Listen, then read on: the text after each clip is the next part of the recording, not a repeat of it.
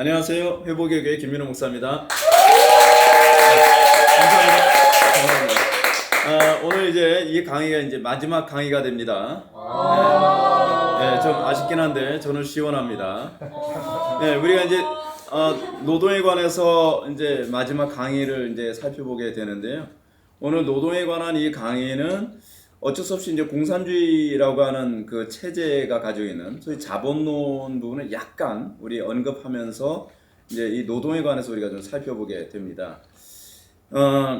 이 노동과 윤리, 오늘 우리가 이제 살펴볼 게 노동과 윤리에 관한 부분인데, 소위 인본주의자들이 가지고 있는 노동과 윤리에 관한 문제가 어떻게 인식되어지는가, 또 우리 기독교인들은 노동과 윤리를 어떻게 연결시켜야 되는가라고 하는 부분을 좀 생각해 봐야만 합니다. 왜냐하면 이 부분이 굉장히 중요한 것이 뭐냐면, 오늘날 이 소위 자본주의 사회 안에서 이 노동 윤리가 굉장히 많이 타락했거든요. 근데 이 노동 윤리가 타락한 이유가 무엇이냐면, 자본주의 자체에 대한 문제보다는 자본주의가 올바로 갈 수 있게 만드는 그 윤리의 기초를 기독교가 심어주지 못한 데서 있습니다. 본래 자본주의라고 했을 때 자본주의는 이제 두 가지 개념으로 이해를 해야 되는데요. 종교개혁 이전의 자본주의라고 했을 때에 이 종교개혁 이전의 자본주의를 전통적 자본주의라고 얘기합니다. 우리가 흔히 이해하고 있는 자본주의 폐단이라고 했을 때에 마르크스가 비판하는 그 자본주의는 사실 전통적 자본주의입니다. 소위 착취와 억압, 많이 가진 자가 프롤레타리아들을 착취하고 억압하는 사회적 구조를 이제 얘기할 때에 그것이 소위 전통적 자본주의를 얘기하는 것이죠. 그런데 이제 종교개혁 이후에 이제 근대 자본주의가 이제 시작됩니다. 근대 자본주의가 생기는데, 이 근대 자본주의를 아주 잘 설명한 것이 막스 베버의 프로테스탄트 윤리와 자본주의라고 하는 그 책이거든요. 막스 베버에 의해서 근대 이제 자본주의가 어떻게 다른가라고 하는 걸 얘기해 줍니다. 그러니까 근대 자본주의로 들어오면서 자본주의가 그냥 돈을 많이 먹고 이윤을 극대화하는 개념이 아니라 소위 이 기독교의 도덕성, 이 윤리가 밑바탕에 깔림으로써 소위 그 이윤을 얻는 데 있어서 윤리와 도덕이 중요한 역할을 하죠. 근데 문제는 자본주의라고 하는 어떤 체제만 한 사회 또는 한 국가에 딱 들어가고 프로테스탄트 윤리가 없어지게 되면 자동적으로 전통적 자본주의, 그러니까 착취와 억압하는 그런 전통적 자본주의로 그냥 가게 될 수밖에 없습니다. 자, 그런 차원에서 이제 전통적 자본주의에서 사람들은 무엇이 윤리라고 생각을 하냐면, 돈을 많이 벌면 그게 윤리죠. 예.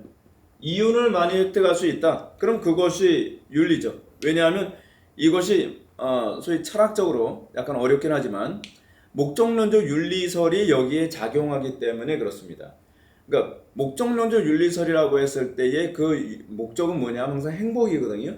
근데 그 행복을 가져다 주는 것이 돈이라고 했을 때에 옛날에 흔히 우리나라 사람들한테도 그런 말을 많이 했잖아요. 개처럼 벌어서 정성같이 쓰자라고 하는 그런 사고방식이 소위 기독교 윤리가 밑바탕에 깔리지 아니하면 이 노동과 윤리에 심각한 괴리가 발생하게 된다는 사실입니다. 그래서 많은 사람들이 어떤 노동을 좋은 노동이라고 생각합니까? 적게 일하고 많은 이윤을 추구할 수 있는 노동. 그것에 사람들은 방점을 찍죠. 그것이 좋은 거다. 그것이 좋은 윤리다. 근데 그렇지 않습니다. 노동의 궁극적 목적이 최대 행복과 최대 풍요에 초점을 맞추게 되면 자동적으로 그 사회 안에서 윤리는 없어지게 되고 이윤만 남게 되는 것입니다. 그렇게 되면 뭐가 되죠? 약육, 강식, 생존 경쟁이라고 하는 원리가 작용하게 되죠. 자, 오늘날 윤리가 사라진 자본주의 토양에서는 모두가 이제 점점 사람들이 이제 그런 걸 이제 설득되기 시작을 하죠. 소위 돈을 많이 번 자본가들은 돈이 없는 일반 사람들의 노동력을 착취해서 그들의 자본을 축적했다라고 하는 것에 점점 설득력을 받게 됩니다. 실제로 이제 그런 사람들도 많이 있고요. 실제로 그런 식으로 착취를 당한 노동자들도 많이 있기 때문에 자동적으로 그런 사회적인 그런 오류 안에 마르크스주의 같은 또 공산주의 사상 같은 것들이 이제 침투해 들어올 수 있는 여지와 명분을 만들어주게 되는 것입니다. 근데 이렇게 되면 항상 이 어떤 이원론적인 그 도식이 만들어지게 되는데, 소위 부자는 악으로 규정되고요. 그리고 가난한 자는 선으로 규정됩니다. 근데 여러분, 이 논리가 굉장히 허접한 논리라고 하는 걸 여러분들 이해하셔야죠. 여러분, 부자가 다 악한 건 아니죠. 그러니까 이 논리학의 기본 중에서 이런 것도 있는데, 어떤 부자는 악하다라고 하는 말은 통할 수 있지만 모든 부자가 악하다라고 하는 것은 거짓입니다. 근데 문제는 이제 마르크스주의자들이 어떤 부자의 악함을 모든 부자의 악함으로 규정을 하죠. 또 한번 이렇게 한번 생각해 볼까요? 어떤 가난한 자는 선할 수 있겠죠. 또 어떤 가난한 자는 악한 부자의 착취를 당한 사람일 수 있어요. 피해자일 수 있죠. 그러나 모든 가난한 자가 다 선하다거나 모든 가난한 자들이 다 착취를 당한 건 아니겠죠. 상당수의 그 어떤 가난한 자들은 게을러서 가난한 사람도 있고요. 어떤 가난한 자들은 그만큼 이 부의 축적을 위해서 노력을 등한시한 것이 때문에 그런 것일 수도 있어요. 근데 이제 문제가 뭐냐면 상당수의 부자들이 기독교 윤리가 밑바탕에 깔려지 않은 노동이 보편화되어지게 되면 상당수의 부자들은 악으로 규정되어지면서 마치 모든 부자는 악한 것처럼 되어지는 거죠. 그러니까 이런 차원에서 이 막시즘이 등장하면서요, 이제 어떤 식으로 이제 사람들을 선동하기 시작하냐 하면, 자, 부자들이 가난한 자들의 노동력을 착취해서 그들이 소위 거기서 이제 뭐라 하냐면 잉여 그 자본이라고 하는 개념이 나오는데, 그들이 나름대로 가난한 자들의 돈을 착취해서 이익을 많이 냈으므로 이 이익을 뺏어서 모든 사람들이 공유하자라고 하는 소위 공산주의라고 하는 개념을 사람들한테 이제 선동하기 시작을 하는 거죠. 그래서 모두가 다 공통적으로 부를 분배받아 가난한 사람이 없는 그런 평등한 사회를 만들자라고 하는 것들이 이제 자꾸 설득력을 받게 되는 겁니다. 이렇게 되면 이제 어떤 문제가 발생하냐면 사유재산이라는 것을 인정할 수 없게 되는 것이죠. 사유재산이라는 것을 인정하지 않게 되어지면 노동의 가치는 자동적으로 떨어질 수밖에 없습니다. 왜냐하면 제가 지난 시간에도 여러분들한테 말씀드렸던 것처럼 사람들이 노동을 하게 만드는, 소위 예수를 믿지 않는 사람들, 일반 자연인들이 노동을 하게 되는 중요한 원동력이 뭐냐면 이윤 때문이거든요. 더 많은 이윤을 얻기 위해서 우리 지혜를 짜내고 그리고 새로운 기술을 만들고 그래서 점점 이윤을 그렇게 축적해 나가는 것인데, 아무리 노동을 해도 모든 사람들이 동일하게 임금을 받는다고 한다면 아무도 더 이상 열심히 노력해야 될 이유가 없는 거죠. 많이 노력을 해도 노력 안 하는 사람들과 똑같이 살고, 많이 공부를 해도 공부를 안 하는 사람들과 똑같이 살고, 그리고 아무리 그 기술을 짜내도 기술을 짜내는데 아무 관심이 없는 사람들과 똑같이 대우를 받는다고 한다면 자동적으로 사회는 경제적으로 낙후될 수밖에 없죠. 왜냐하면 노동이 활성화되지 않고 노동이 죽기 때문에 그렇습니다. 그러면 그 노동은 어떤 노동이 되냐면 억지로 하는 노동이 될 수밖에 없어요. 인간의 존재는 우리가 창세기 2장 15절 말씀을 제가 여러분들한테 말씀드렸던 것처럼 타락한 인간은 자신에게 이익이나 또는 자신의 타락한 본성을 채울 수 있는 것이 아니라고 한다면 자원함이나 기쁨이나 또는 즐거움을 전혀 느끼지 못합니다. 그럼 그 노동은 어떻게 되죠? 노동이 다 수동적으로 바뀌는 거죠. 그래서 공산주의 국가에서는 항상 경제가 낙후되고 새로운 개발 같은 것도 찾아볼 수가 없죠. 새로운 기술 개발은 주로 어디서 나타나냐면 자본주의 국가에서만 나타납니다. 그건 그럴 수밖에 없어요. 왜냐하면 자본주의 국가에서는 내가 노동한 것이 나의 사유재산으로 허용되어지고 그리고 내가 노동한 만큼의 대가를 얻을 수 있기 때문에 그런 거죠. 그렇기 때문에 오늘날 그 우리나라 안에서도 최근에 일어난 일이 있었죠. 인천공항 에서 비정규직을 정규직으로 그냥 돌린 사건. 이게 이제 굉장히 또 사회에서 이슈가 돼가고 있는 이 문제인데, 열심히 노동하고 열심히 공부한 사람들이 정말 잠 못 자고 하면서 학원 등록해서 그 비싼 학원비 수강료를 내가면서 공부하고 토익, 토플을 막 만점 받기 위해서 애를 썼던 사람들이, 이런 사람들과 그냥 일반적으로 노력하지 않은 비정규직들을 똑같은 등급으로 올려놓는 것 때문에 상당히 많이 다툼이 있었죠.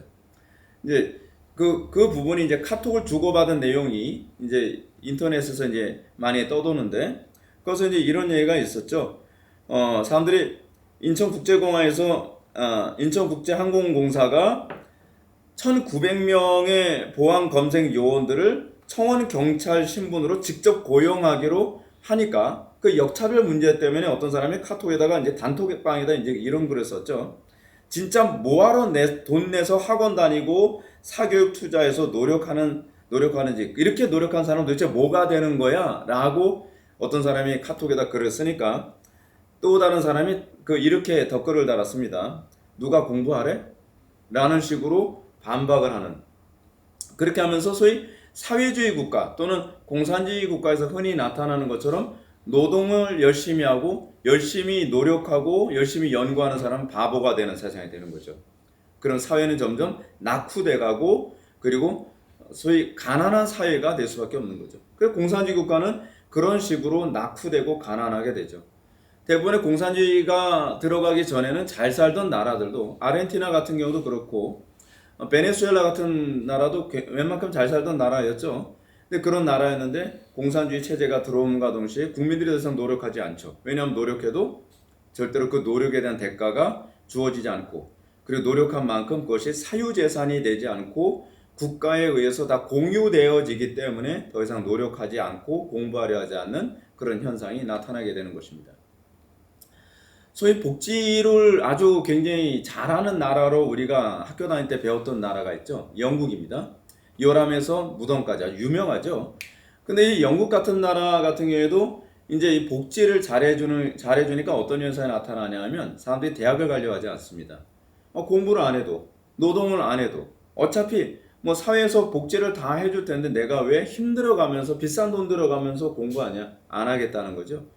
그러면서 한쪽 분야에서는 상당수의 영국인들이 그런 얘기 한답니다.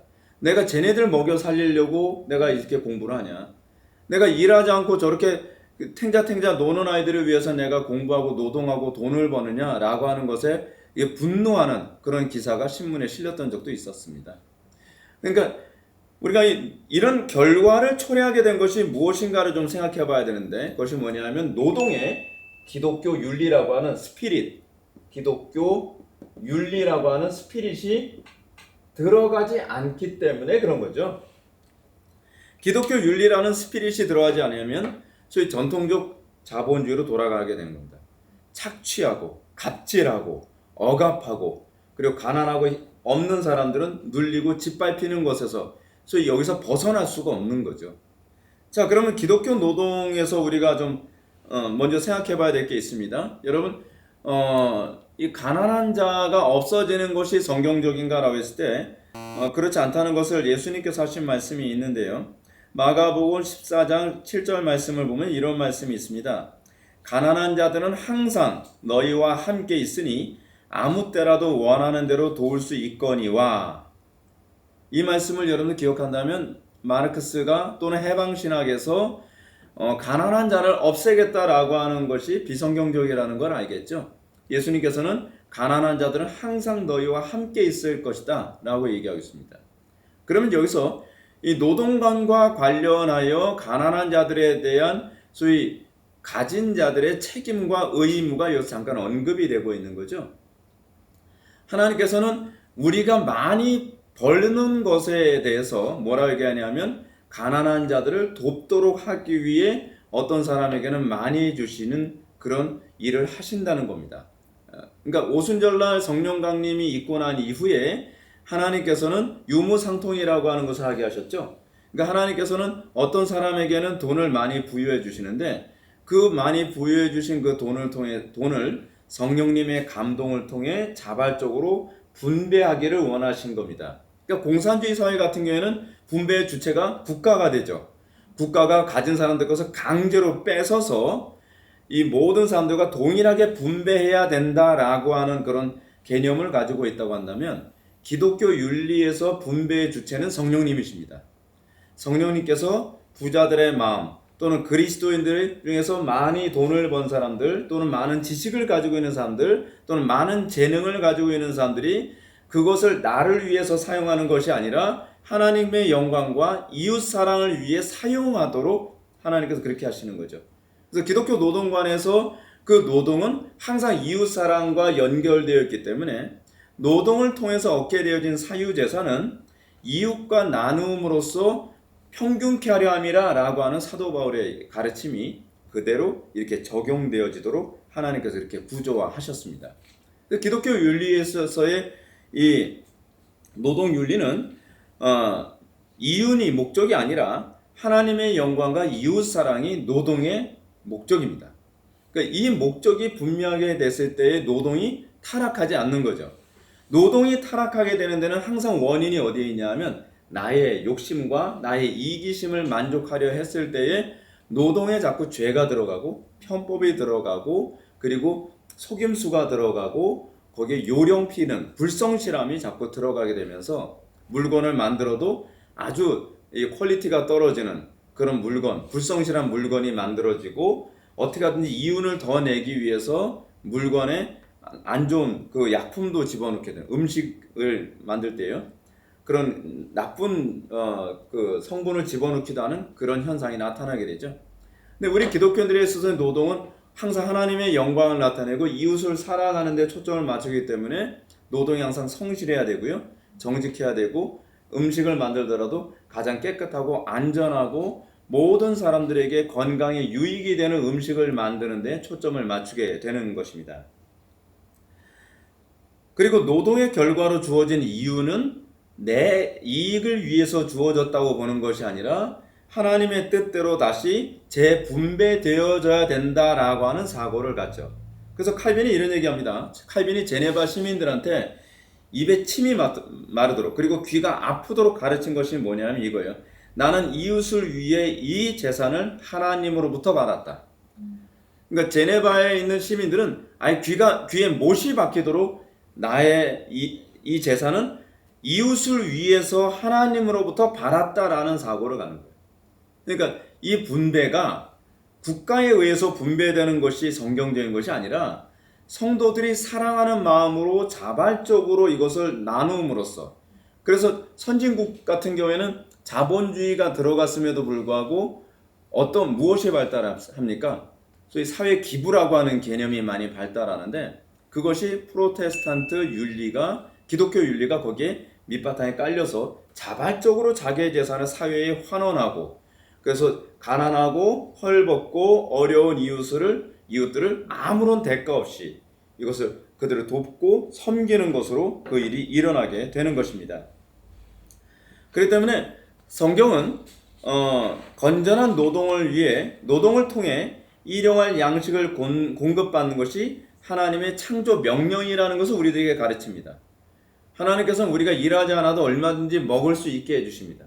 그럼에도 불구하고 하나님께서는 노동을 통해서 우리가 일용할 양식을 공급받도록 작정하셨습니다. 왜냐하면 그것을 통해서 하나님께 영광이 되고 이웃에게 사랑을 실천할 수 있는 기회가 되기 때문에 그런 것이죠. 이런 차원에서 이제 바울은 이런 얘기를 합니다. 일하기 싫어하거든 먹지도 말게 하라. 왜 이런 얘기 할까요? 그 이유는 노동이 바로 예배이기 때문에 그렇습니다. 노동하기 싫어한다는 것은 예배하기 싫어한다는 얘기고요. 노동하기 싫어한다는 것은 이웃을 사랑하지 않겠다는 얘기로 간주되거든요. 그렇기 때문에 바울은 노동하기 싫어하거든 먹지도 말게 하라라고 하는 이 데살로니가후서 3장 10절의 말씀이 이게 나오게 되는 것입니다. 성경 윤리에서 그렇기 때문에 게으름이라고 하는 것은 죄입니다. 게으름이라고 하는 것은 어떤 차원에서 죄가 되냐면 하나님을 예배하기 싫다라고 하는 인간의 저항심이고요. 그리고 이 게으름이라고 하는 것은 이웃을 사랑하지 않겠다는 자기 이기심에서 나온 행위이기 때문에 청교도들은 모든 악은 게으름에서 나온다라고까지 얘기를 했습니다. 반면에 게으름 가운데 형통하는 것. 요즘 이제 점점 우리나라 사회가 일 적게 하고 부자가 되는 그런 어떤 노동 방식이 자꾸 개발되어져 가거든요. 근데 그것이 사실은 복이 아니라는 거죠. 노동을 적게 하고 많은 돈을 벌고, 그런 사람들의 특징이 뭡니까? 굉장히 그 많은 돈 가지고 방탕하게 살죠. 그래서 노동하지 않고 버는 것과 관련해서 도박을 성경이 정죄합니다. 도박은 노동이 아닙니다. 뭐 어떤 사람이 그 손목운동 되는 거 아닌가요? 그건 노동이 아니에요. 적게 일하고 많은 걸 얻겠다고 하는, 그거는 하나님께 대한 예배의 반항이요, 이웃에 대한 사랑의 거부를 의미하기 때문에 기독교 신화에서는 도박과 같은 유형의 모든 것들에 대해서 정죄합니다. 그래서 그리고 이 노동, 즉 직업은 항상 이웃 사랑의 실천의 기회로 이해가 되죠. 그래서 우리가 소위 직업을 선택할 때, 내가 어떤 특정한 노동을 한다고 했을 때에 내가 내 마음속에 선택하게 되는 그 원동력은 항상 어디서 나와야만 하냐면, 어떻게 하나님을 영화롭게 할까? 어떻게 내가 이웃을 사랑할 것인가에 관한 고민에 의해서 이것이 가능해져야만 한다는 사실입니다. 그러니까 제가 이제 설교 한 편을 준비하면서도 제가 이제껏 이런 식의 설교를 준비를 한 것이 한 20년이 넘는데, 이렇게 설교를 준비하게 된 것도 항상 그 원동력이 많이 작용합니다. 어떻게 하면 한 편의 설교를 통해 하나님의 영광을 더 선명하게 드러낼까? 또 어떻게 하면 이 한 편의 설교를 통해서 더 많은 성도들에게 유익을 끼치고 그들에게 사랑을 실천할 수 있을까? 이렇게 될 때 노동이 타락하지 않는 거죠. 그러니까 노동의 타락은 항상 무엇과 관련을 맺고 있냐면 게으름과 관련을 맺는데, 그 게으름 속에서 무엇이 같이 들어오냐면 불성실함이라는 것이 들어옵니다. 그래서 자기에게 주어진 노동을 충실하게 해내진 않는 거죠. 자꾸 사람들 눈치를 보고 다른 사람들 눈에 인정만 받는다고 한다면, 내가 최대한 게으름을 피고 최대한 요령을 펴서 어떻게 하든지 더 많은 이윤을 챙기고 어떻게 하든지 일을 적게 하려는 태도를 견지하게 되는 것입니다. 우리가 노동을 추구하는 이유는 하나님의 영광과 이웃 사랑을 실천하기 위함이라고 했을 때에, 이런 태도로 우리가 노동을 한다면 정당하지 않은 이윤을 추구하는데 결코 우리가 열심을 내지 않을 것입니다. 이윤이 얼마나 많이 나에게 주어지느냐 보다는 이것이 얼마나 하나님께 영광이 되느냐, 이것이 어떻게 이웃에게 사랑 실천이 될 수 있느냐, 이것이 우리 기독교인들이 가지고 있는 노동과 윤리의 상관관계입니다. 근데 이 부분이 이제 소위 자본주의 안에 깊숙이 들어가게 됐을 때에 자본주의 타락을 이것이 막아줍니다. 이런 어떤 프로테스탄트, 우리 기독교 윤리가 밑바탕에 깔리지 않은 상태에서 이윤만을 극대시하는 노동관이 들어가게 되면 거기에는 항상 폭력과 거짓과 속임수와 살인 또는 음란함, 그 모든 죄악들이 그 사이에다 끼어들게 되는 것이죠. 그렇기 때문에 우리가 이 노동과 관련해서 이제 정리해야 될 것은 그것입니다. 우리의 모든 노동은 항상 하나님께 영광, 그리고 이웃에 대한 사랑에 항상 초점이 맞춰져야 된다. 그리고 이것이 결국 사회 전체로 보편화되었을 때에 그 사회가 선진사회가 되는 것이고, 그리고 그것으로 인해서 유럽의 문명이 만들어졌고, 그리고 미국의 문명이 만들어진 것처럼 이 대한민국의 이 왕성한 문명도 결국 이 기독교 윤리가 밑바탕에 깔릴 때 가능할 수 있다는 것을 기억하시기 바랍니다. 오늘 강의는 여기까지 하겠습니다. 감사합니다.